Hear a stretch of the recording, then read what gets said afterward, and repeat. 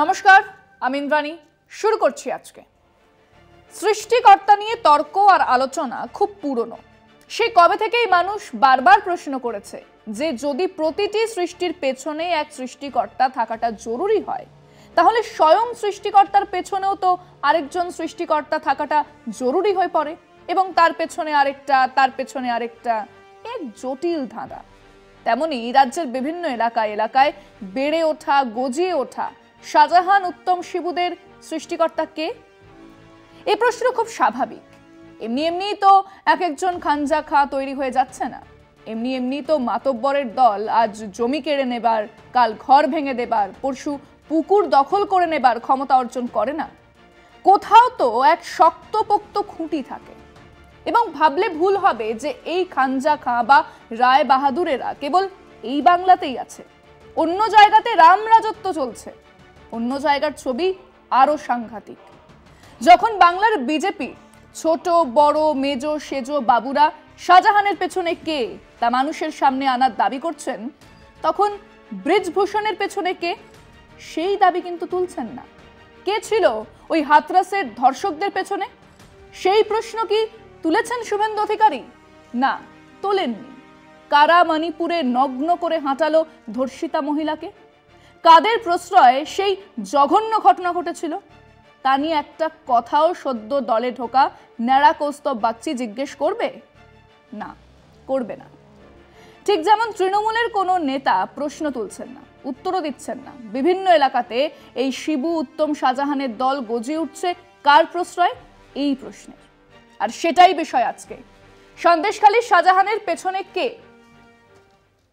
প্রায় মাস দুয়েক ধরে বাংলায় খবরের শিরোনামে সন্দেশখালী। সুন্দরবন লাগোয়া উত্তর বিদ্যাধরী নদী ঘেরা 24 পরগনা এই জনপদ রাজ্যের সীমা ছাপিয়ে গিয়েছে। দেশের প্রধানমন্ত্রী নরেন্দ্র মোদীর ভাষণেও জায়গা করে নিয়েছে সন্দেশখালী, যার সৌজন্যে বাংলার রাজনীতিতে সন্দেশখালী নিয়ে এত শোরগোল তিনি শেখ শাহজাহান। অনেক জলঘোলা হওয়ার পর রাজ্য পুলিশের হাতে গ্রেফতার হওয়ার আগে পর্যন্ত শেখ শাহজাহানের পরিচয় ছিল তিনি তৃণমূলের জেলা পরিষদের কর্মাধ্যক্ষ। নিরঙ্কুশ রাজনৈতিক ক্ষমতার সঙ্গে পুলিশ প্রশাসনের মদতে সন্দেশখালীতে সব বিষয়ে শেষ কথা ছিলেন তিনি। ক্ষমতার অপব্যবহারে দুর্নীতিতেও ডুবে যান শেখ শাহজাহান ও তার দলীয় সতীর্থরা। সেই আধিপত্য উদ্ধত্ত থেকে ক্রমে স্থানীয় স্তরে শাসকের অত্যাচারী মুখ হয়ে ওঠেন তিনি। স্বভাবতই তার দায় বর্তায় রাজ্যের শাসক তৃণমূলের ওপর। তাকে কেন্দ্র করে শাসক বিরোধী সংঘাত চরমে। এই শাহজাহান কে? তার উত্থান কবে থেকে? এসব প্রশ্ন উকি দেওয়াটা স্বাভাবিক। ইতিহাস বলছে বাম আমলে কমরেড শাহজাহান 2013 সালের পর হাওয়া বুঝে তৃণমূলে।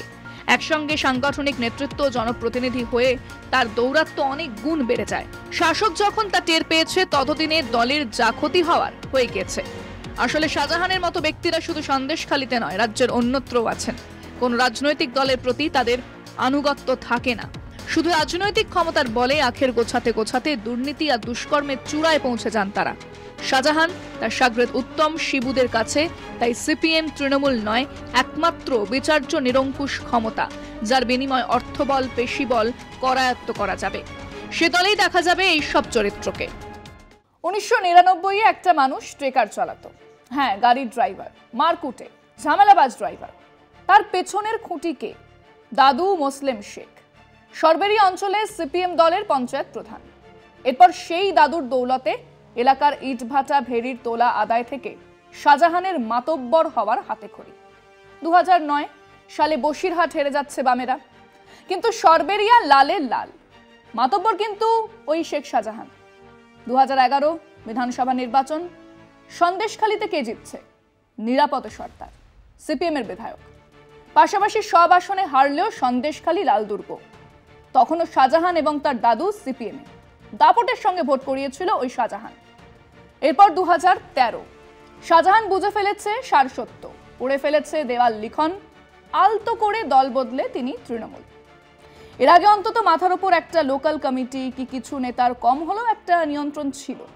এবারে তাও উঠাও, উনি নেতা। 2016 তক্তা পালট, সন্দেশখালী তৃণমূলের দখলে। নিরাপদ সর্দার, যিনি 2011-তে 41% মতন ভোট পেয়েছিলেন, তিনি পেলেন 31% ভোট, হারলেন। নিরাপদ সর্দার এরপর সন্দেশখালীতে নেই, তিনি থাকেন তার কলকাতার বাড়িতে।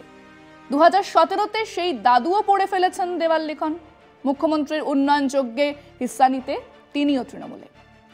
পরের বার মানে 2021-এ বিজেপি দ্বিতীয় স্থানে, সিপিএম সে আসনে প্রার্থী দেয়নি। আইএসএফ দাঁড়িয়েছিল 7% ভোট পেয়েছিল, বিজেপি 35%। এই ভোটেও ভোট করিয়েছেন ওই শাহজাহান, হ্যাঁ তৃণমূলের হয়ে, কিন্তু তার আগে তিনি এক দোলাচলে কাটিয়েছেন কিছুদিন। কারণ তৃণমূল দলে তার মেন্টর গাইড শুভেন্দু অধিকারী দল ছেড়েছেন। শেষ পর্যন্ত ভুল করেননি, তৃণমূলেই থেকে গেছেন। কিন্তু একটা ভুল তো করেই ছিলেন, তা হলো শুভেন্দু অধিকারীর নির্দেশ মেনে বিজেপিতে যাননি। আরেকটু খতিয়ে দেখুন, ইডি সিবিআই গেছে তাদের বাড়িতে যারা কোনো না কোনো সময় শুভেন্দু অধিকারীর ঘনিষ্ঠ ছিলেন কিন্তু বিজেপিতে যাননি। সেই তালিকাতেই শাহজাহানও ছিলেন। ইডি গেল এবং ইডি সামলাতে গিয়ে শাহজাহান খবরের কাগজের প্রথম পাতায়। আসলে এই শাহজাহানের দল কোনো দলেরই হন না, এরা সময় সুযোগে শাসক দলে ভিড়ে যান। কারণ জানেন মধুভাণ্ড ওইখানেতেই আছে। এনারা সমাজতন্ত্র, গণতন্ত্র, দেশ, সংবিধান কিছুই বোঝেন না। এনাদের মাথায় আছে ধান্দা। মাত্র আজই অত্যন্ত বিরক্ত হয়ে ভারী সত্যিটা বলেছেন কুণাল ঘোষ। তার টুইটার অ্যাকাউন্টে তিনি লিখেছেন, নেতা অযোগ্য, গ্রুপবাজ, স্বার্থপর, সারা বছর ছ্যাঁচড়ামি করবে আর ভোটের মুখে দিদি অভিষেক দলের প্রতি কর্মীদের আবেগের ওপর ভর করে জিতে যাবে, ব্যক্তিগত স্বার্থ সিদ্ধি করবে, সেটা বারবার হতে পারে না। এইখানেই শাহজাহানের জন্ম। এই ক্ষমতা আর তার মধুভাণ্ডই আসলে শাহজাহানের সৃষ্টিকর্তা। আমরা আমাদের দর্শকদের জিজ্ঞেস করেছিলাম, এই শাহজাহান, উত্তম, শিবুরা কি কোনো দলের? এরা কি কেবল তাদের ধান্দাবাজির জন্যই বারবার শাসক দলকে ব্যবহার করছে না? কিছুদিন আগে যারা সিপিএম ছিল এখন তারাই তৃণমূল, কিছুদিন পরেই এরা আবার বিজেপি হয়ে উঠবে না? শুনুন কি বলেছেন দর্শকেরা। এরকম যারা করে তারা অবশ্যই ধান্দাবাজির ক্ষেত্রেই করে। একসময় অবশ্যই শাহজাহানরা আমাদের সিপিএমের সাথে ছিল, কিন্তু পরবর্তীতে তারা তৃণমূল হয়েছে। কিন্তু যখন সিপিএম করতো তখন কিন্তু এতটাও তারা বারবারন্ত হয়নি, কিন্তু যখন তৃণমূলে গেছে তাদের কিন্তু বারবারন্ত হয়েছে। এবং পরবর্তীকালে বিজেপি কিংবা অন্য কোনো দলও ক্ষমতায় আসলে তারা যে সেখানের যায় রাস্তা ধরবে না এরকম কোনো কথা নেই। এদের তো কোনো বিশ্বাস নেই। এরা এখন মানে তৃণমূলে রয়েছে, এরপরে যখন বিজেপি যখন সরকার গঠন করবে তখন বিজেপিতে আসবে, এসে আবার এরকম লুটপাট চালাবে। এরা জানি কোনো দলে যেন সাপোর্ট না পায়, সেরকমভাবেই মানে দল এদের মানে বিবেচনা করুক, এটাই চাই। কিছু স্বার্থান্বেষী লোক আছে, তারা স্বার্থের জন্য দলটা করে খাওয়ার জন্য বদনাম করে দেবে, এবং যখন দলে সাসপেন্ড হবে বা কোনো কারণে দল থেকে বহির্ভূত হবে, এইভাবে তারা আবার একটা দলে গিয়ে সুযোগ নেওয়ার চেষ্টা করবে। যখন যে দল ভারী হবে তখন তার দলে যাবে, এটাই তাদের রীতি। তারা অ্যাকচুয়াল দল তো করে না, তারা মানুষও নয়।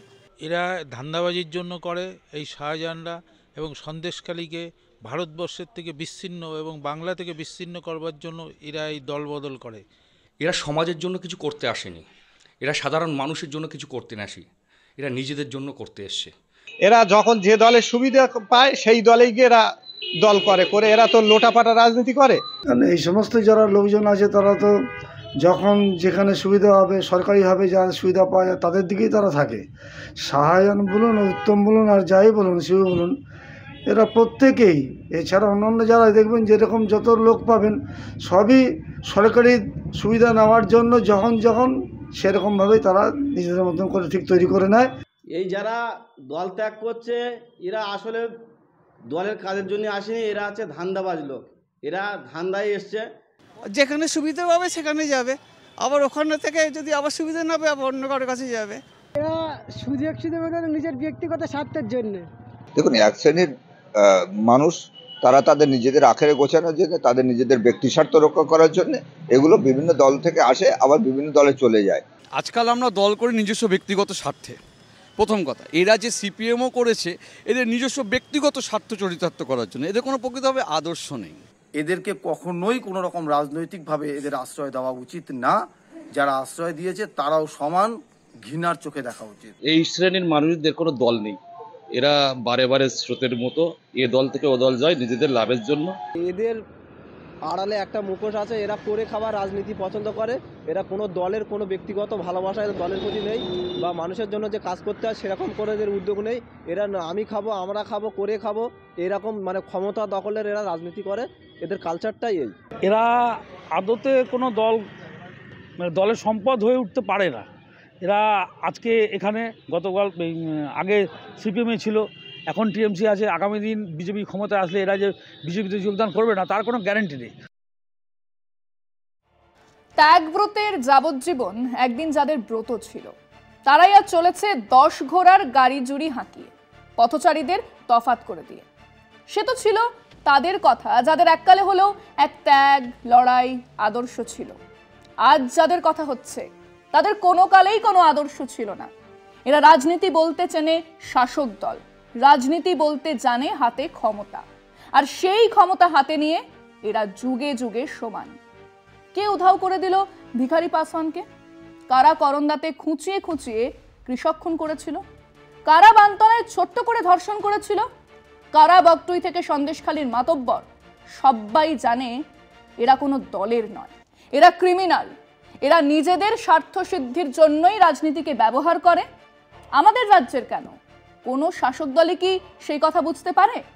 হ্যাঁ পারে, তখন অনেক দেরি হয়ে যায়। এই যা আজকে পর্যন্তই। দেখতে থাকুন কলকাতা টিভি, রাত দিন 7 দিন।